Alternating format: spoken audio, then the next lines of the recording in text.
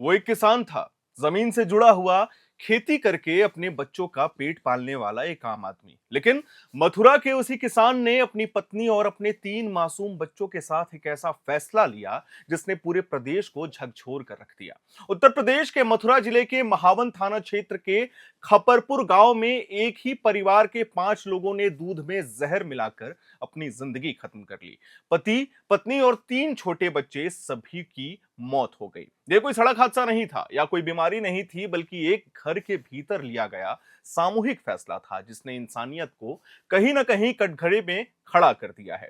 यह दर्दनाक घटना सामने तब आया जब सोमवार सुबह गांव में असामान्य सन्नाटा था। मनीष के घर का दरवाजा देर तक नहीं खुला, बच्चे स्कूल के लिए नहीं निकले और घर के भीतर से कोई हलचल नहीं दिखी।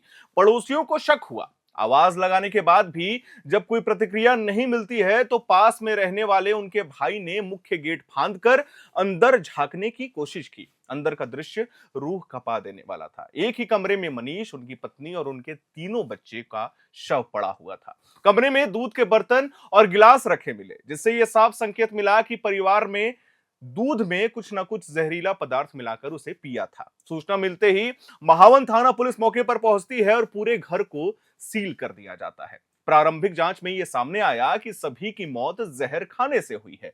पुलिस ने शवों को कब्जों में लेकर पोस्टमार्टम के लिए भेज दिया है।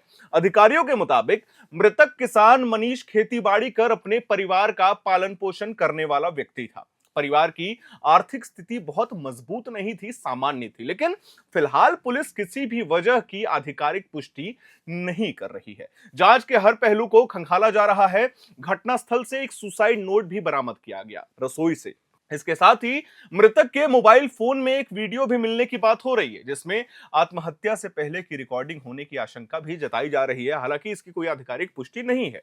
पुलिस इस वीडियो और सुसाइड नोट की फॉरेंसिक जांच कर रही है ताकि यह पता चल सके कि आखिर वो कौन सी मजबूरी थी जिसने एक पिता और एक मां को अपने ही बच्चों को मौत के रास्ते पर ले जाने का फैसला करने पर मजबूर कर दिया है। खपरपुर गांव में इस घटना के बाद हम आपको बता दें, मातम पसरा हुआ है। घर के बाहर सुबह से ही लोगों की भीड़ लगी हुई है। हर कोई सदमे में है। गांव वाले बार बार यही सवाल कह रहे हैं कि मनीष जैसा सीधा साधा किसान जो रोज खेती में मेहनत करता था, आखिर इस हद तक क्यों टूट गया? क्या यह सिर्फ आर्थिक तंगी थी या फिर कोई ऐसा दबाव था जो बाहर से दिखाई नहीं देता लेकिन भीतर से इंसान को पूरी तरीके से तोड़ देता है? आपको याद होगा, आज से कुछ ही दिन पहले गाजियाबाद में भी कुछ इसी तरीके का मामला सामने आया था। 3 सगी बहनें कोरियन गेम्स पसंद करती थीं।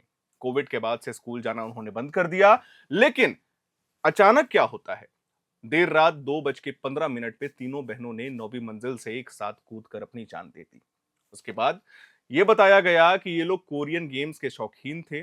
जब माता पिता ने इनसे फोन छीना तो ऐसा घटना, खैर ये घटना आपस में मिलता जुलता तो नहीं है, लेकिन इसका जिक्र हम इसीलिए कर रहे हैं क्योंकि कहीं ना कहीं गाजियाबाद की घटना और ये सारी घटनाएं जो हो रही हैं आए दिनों भारत में, वो कहीं ना कहीं तो एक सवाल पैदा करती हैं समाज के लिए कि आखिर ऐसा क्यों हो रहा है। लगातार सामने आ रही ऐसी घटनाएं ये साफ संकेत दे रही हैं कि समाज के भीतर कहीं ना कहीं एक गहरी टूटन है जिसे समय रहते पहचाना नहीं जा रहा है।